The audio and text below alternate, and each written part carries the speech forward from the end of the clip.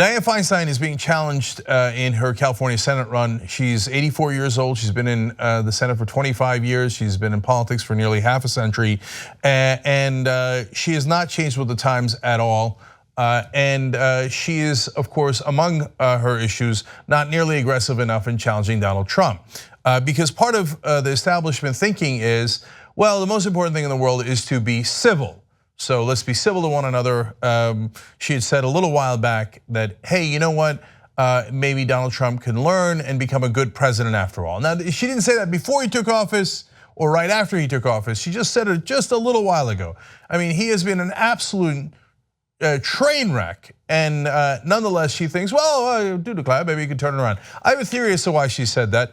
But first, Jake Tapper is going to actually challenge her about that on State of the Union. Let's watch the beginning of that. This week, Alison Hartson, who is a 37-year-old Bernie Sanders supporter, announced that she's going to enter the race. You're already facing a challenge from State Senate President Kevin DeLeon. Their argument is that you haven't held President Trump accountable and that you're part of the problem in Washington. How do you respond? Well, I respond that there's a certain degree of unfairness in that. Wow. Okay, so first of all, I love that already the progressive candidate is getting this establishment Democrat to perhaps try to answer some questions and hold her accountable. So complaining that your opponents are not being fair is not very helpful or productive. So why are they not being fair? So have you gone after Donald Trump? No. First of all, you have agreed with him a third of the time, which is actually among the higher totals among the Democrats in the Senate. So that's a pretty bad number. You agreed with some of his cabinet picks. You still think he could be a good president. That's unbelievable that she thinks he could be a good president. Okay, so what might be a reason that she's not challenging Trump? What would I do if I was in her situation? Well, I would say, well, I mean, we got to talk about this guy's corruption. He talked about how he was going to, go after the hedge funds and their tax loopholes. Well, we just had the tax cut plan, for example, and it turns out, no, Trump was lying. He's not going to go after the loophole that private equity and hedge fund guys use at all.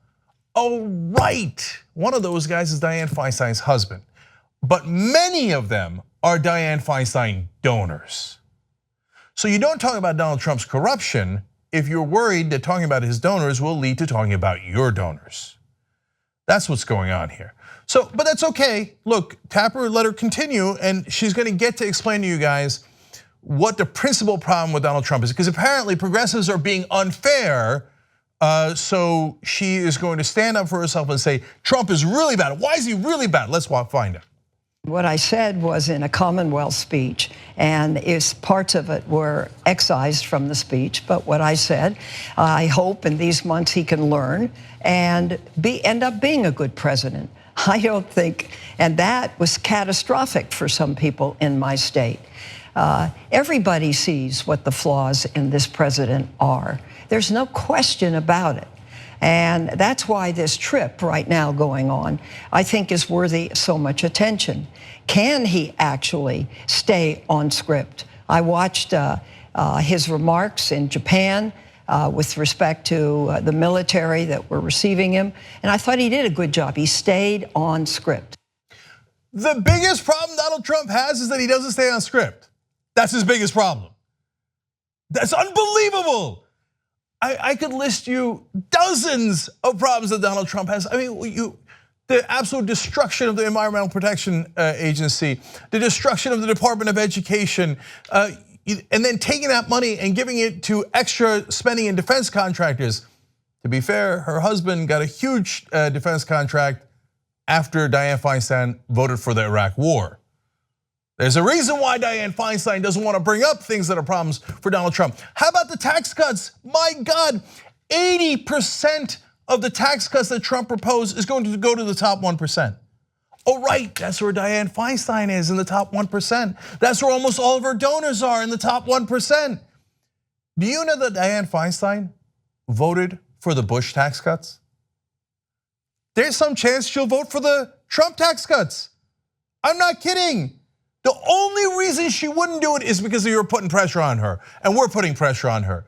But when there was no pressure and there was and the internet had not grown to the size that it is now, and she could just go on TV and pretend to be progressive, she voted for the Bush tax cuts for millionaires and billionaires.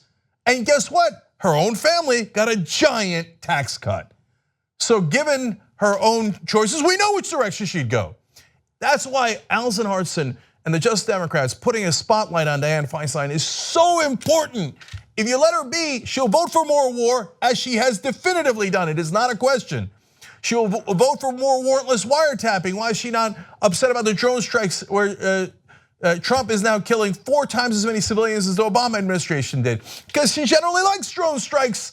Why is she not complaining about the $70 billion they added in wasteful spending to the Defense Department? Because she agrees with extra spending for the Defense Department, part of which goes to her family, and it goes on and on. So, look, if you want an actual, isn't it insane that we have one of the most conservative Democrats in the country representing California, one of the most liberal states? If you want an actual progressive who's gonna run against her, go to justdemocrats.com/Alison. Alison Hartson's running, and find out more about her, do whatever you gotta do, volunteer, contribute in any way you can, in my opinion, because I don't know why California is one of the most conservative Democratic senators in the whole country, one of the most conservative Democratic politicians in the whole country. It's not an exaggeration. Bush tax cuts, Bush's Iraq war. She doesn't believe in getting money out of politics. She has never fought for it, never. Why? Because she's bathed in money. She brags about how all the money that she has and why progressives will never win against her, against Medicare for all, against college for all. She's for the death penalty. There's a chance that she might be the most single conservative senator in all the Senate. Joe Manchin's really conservative. He didn't vote for the Bush tax cuts or the Iraq war. I mean, he wasn't in the Senate, I know that. I guess he would have voted for, but I'm not positive he would have voted for the tax cuts. We don't even know if Dianne Feinstein is gonna vote against Trump's monstrous tax cuts.